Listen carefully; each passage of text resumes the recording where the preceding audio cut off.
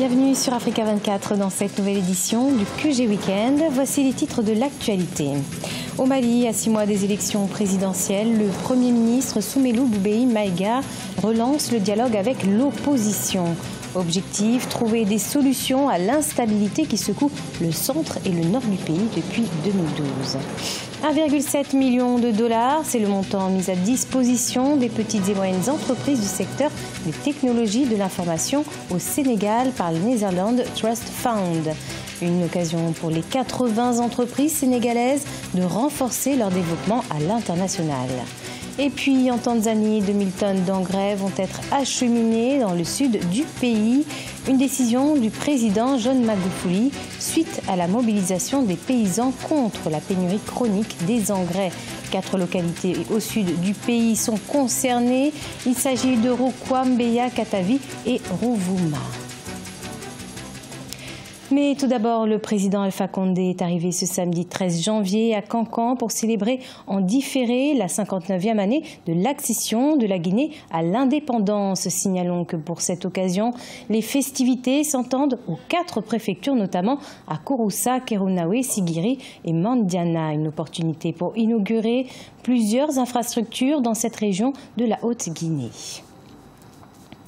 Au Mali, le nouveau Premier ministre Soumeylou Boubèye Maïga a entamé une série de concertations avec les différentes composantes de la société malienne. Une rencontre avec l'opposition a donc été organisée en vue de relancer le dialogue dans un contexte sécuritaire inquiétant au centre du pays. Mokhtar Bari. Nommé le 30 décembre 2017, le Premier ministre Soumeylou Boubèye Maïga, après avoir rencontré les diplomates, la majorité présidentielle et les familles fondatrices de Bamako rencontrent l'opposition politique. Cette démarche qu'il veut républicaine s'inscrit dans la volonté de renouer le fil du dialogue avec l'opposition politique qui n'a de cesse critiquer la composition de la nouvelle équipe.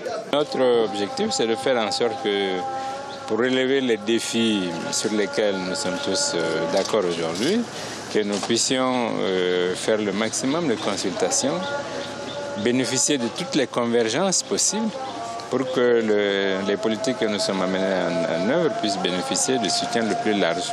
Et ces politiques-là porteront principalement, comme cela a été dit plusieurs fois, sur la sécurité, sur l'organisation des élections aux dates échues.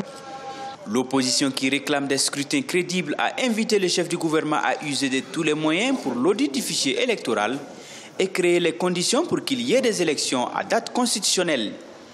Pour l'opposition, l'organisation des différentes élections est un impératif pour la stabilité du Mali. Le temps nous est compté et l'importance aujourd'hui des problèmes qui sont dans ce pays font que nous devons être mobilisés pour sauver notre pays. Le pays est en danger. Le diagnostic est connu, la situation difficile est connue. Aujourd'hui, nous devons regarder vers l'avenir. L'avenir, c'est quoi? C'est de trouver un meilleur cadre de discussion, un meilleur cadre de dialogue. À 6 mois des élections présidentielles, les hommes politiques maliens prônent le dialogue afin de trouver des solutions à l'instabilité qui secoue le centre et le nord du pays. Depuis 2012, courant 2018, les Maliens iront aux urnes pour les élections régionales, présidentielles, mais aussi législatives.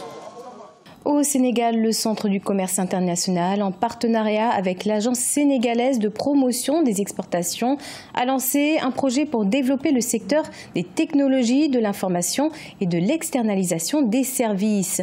Objectif de ce programme, appuyer 80 petites et moyennes entreprises dans leur développement. C'est un reportage d'Eladine Diaye, notre correspondant au Sénégal. 1,7 million de dollars est le montant que le projet NTF4 Netherlands Trust Fund for met à la disposition des petites et moyennes entreprises et les start-up du secteur des technologies de l'information et de l'externalisation des processus métiers. Plus de 80 entreprises sénégalaises sont ciblées, une opportunité pour renforcer leur développement à l'international. On les accompagnera à bien structurer leurs projets, notamment pour la partie des start-up, à bien avoir un plan marketing-export puisqu'ils s'adressent à l'international, à les amener sur le terrain pour rencontrer les acheteurs internationaux, à avoir des relations B2B. Donc il n'y a pas d'argent qu'on donne directement à une entreprise. Par contre, on va effectivement les accompagner pour faciliter la mise en relation avec des investisseurs potentiels selon la nature du projet, etc. Mais s'il ne s'agit pas d'un budget qu'on met à disposition directement. Ce projet d'accompagnement a une durée de 4 ans. Il prévoit aussi d'accompagner les structures qui sont en charge de ces PME et start-up, comme l'Organisation des professionnels des technologies de l'information et de la communication et l'Agence sénégalaise de promotion des exportations, pour mieux offrir des services à ces entreprises ou encore pour renforcer davantage ces structures. Nous pensons que ce financement vient à point nommé, parce que le Sénégal a un fort potentiel dans le domaine des services de façon générale, et particulièrement dans le domaine des TIC, parce qu'il y a une expertise, il y a une expérience, mais aussi il y a une ouverture qu'on peut avoir, aussi bien sur la sous-région que sur le marché international. Et dans le cadre même de ce projet, il est prévu des missions circulaires pour identifier les marchés au niveau de la sous-région, parce que c'est un projet que nous avons depuis très longtemps avec optique de faire la sous-région, de vendre l'expertise sénégalaise au niveau de la sous-région. Levier important de croissance, les petites et moyennes entreprises représentent actuellement 80 à 90% du tissu économique des entreprises et concentrent environ 30% des emplois au Sénégal. En Tanzanie, le président John Magufuli a chargé le Dr Charles Tizeba, ministre de l'Agriculture, de faire acheminer 2000 tonnes d'engrais dans le sud du pays. Une décision qui fait suite à la mobilisation des paysans contre la pénurie d'engrais dans leur région. Plus de précisions avec Adidjatou Badawi. L'activité agricole en Tanzanie représente 60% du PIB du pays et emploie environ 80% de la population active. Au cours des derniers mois, les paysans dans les régions du Sud se sont mobilisés pour manifester leur colère contre la pénurie chronique des engrais. En réponse à ces plaintes, le président John Magufuli a instruit l'acheminement de 2000 tonnes d'engrais dans 4 localités du sud du pays: Rukwa, Mbeya, Katavi et Rovuma. La fin de l'opération d'acheminement est prévue ce vendredi 12 janvier. Nous allons dépasser la date limite car nous avons une opération bien supervisée et nous bénéficions de la coopération de tous ceux qui sont impliqués. Depuis lundi, nous avons passé des jours et des nuits supervisant le chargement d'engrais dans les camions que nous envoyons aux régions. 21 camions transportant plus de 600 tonnes sont partis pour les régions du Sud et hier, 25 autres ont été chargés de plus de 600 tonnes destinées aux régions de Sumbawanga et de Makambako. Pour une opération optimale d'acheminement des engrais, les camions des forces de défense ont transporté 500 tonnes d'engrais. Les chemins de fer ont été mis à contribution.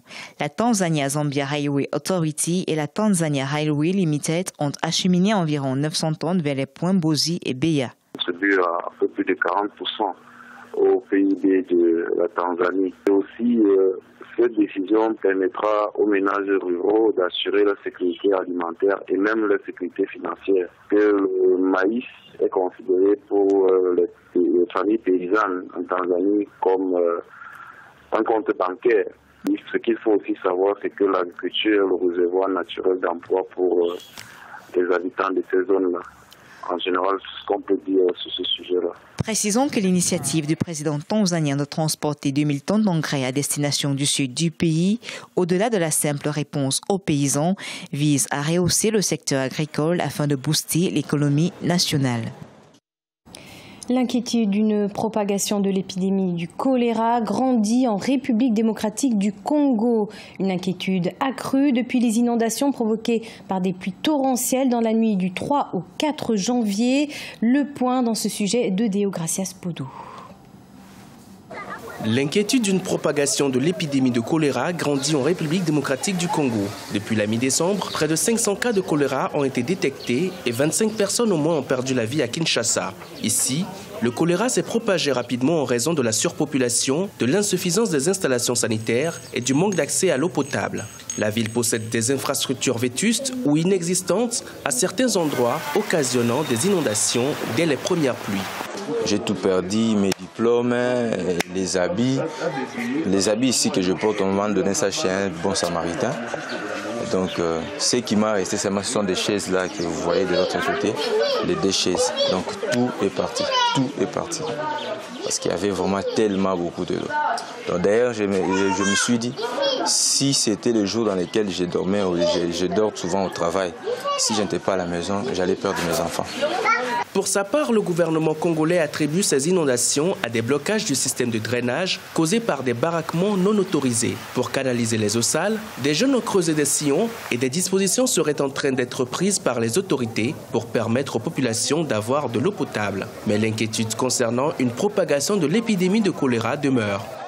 Près de 75% des quartiers de la ville de Kinshasa sont, comme on dit, en autoconstruction. Qu'est-ce que ça veut dire en autoconstruction? C'est qu'en général, on n'a pas de viabilisation. Donc vous n'avez pas de caniveau, vous n'avez pas de route asphaltée, vous avez parfois des problèmes même d'accès à l'énergie, parfois des problèmes d'accès à l'eau. Près de 75% des quartiers de la ville de Kinshasa. Et les quartiers dits urbanisés, vous avez ce qu'on appelle un phénomène de surdensification. Donc c'est un peu comme, voilà, vous avez une parcelle qui était prévue pour un ménage, et dans cette même parcelle, vous avez maintenant 5, 6, 7, 8 ménages. Les inondations ont été provoquées par des pluies torrentielles dans la nuit du 3 au 4 janvier 2018, avec une réplique dimanche 7 janvier, faisant 48 pertes en vies humaines, selon le dernier bilan. L'épidémie de choléra touche actuellement 23 des 26 provinces de la République démocratique du Congo. Depuis 2017, plus de 50 000 cas et près d'1 millier de décès ont été enregistrés. Il s'agirait de la pire épidémie de choléra dans le pays depuis 1994. Le Maroc accueille à partir de ce samedi 13 janvier le CHAN 2019. Ces formations sont en lice pour la succession de la République démocratique du Congo, vainqueur en 2016 mais grande absente de cette 5e édition. Le match d'ouverture oppose donc le Maroc à la Mauritanie, puis remettra aux prises dimanche 14 janvier la Guinée et le Soudan dans le groupe A. Le groupe B renferme la Côte d'Ivoire, la Namibie, la Zambie et l'Ouganda. Dans le groupe C, la Libye, la Guinée équatoriale, le Nigeria ainsi que le Rwanda. Et enfin, le groupe D sera composé de l'Angola, du Burkina Faso, du Cameroun et du Congo.